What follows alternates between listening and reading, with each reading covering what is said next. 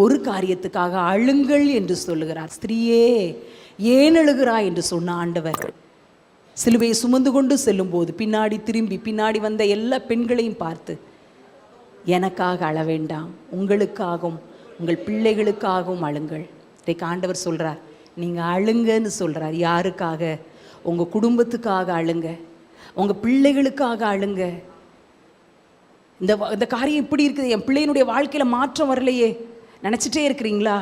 அழுது ஜெபிக்க நீங்கள் முன்வாருங்கள்.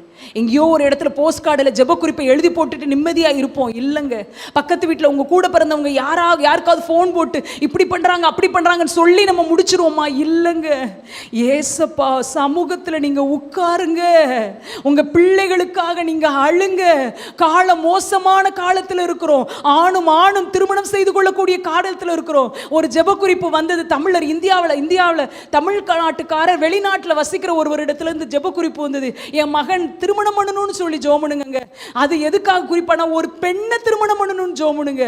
அது எந்த நாட்டு பொண்ணா வேணா இருக்கட்டும், எந்த லாங்குவேஜ் வேணா பேசட்டானா, ஒரு பெண்ணை திருமணம் பண்ண வேண்டும். அவன் இருக்கிற இடத்துல, வேலை பார்க்கிற இடத்துல ஆணும் ஆலயத்துல திருமணம் பண்ணுகிற அவல நிலை இருக்குதுன்னு சொன்னாரியா. பிள்ளைகளுக்காக அழுறோமா? பிள்ளை நல்லா படிச்சுட்டா போதும் நினைக்கிறோமா?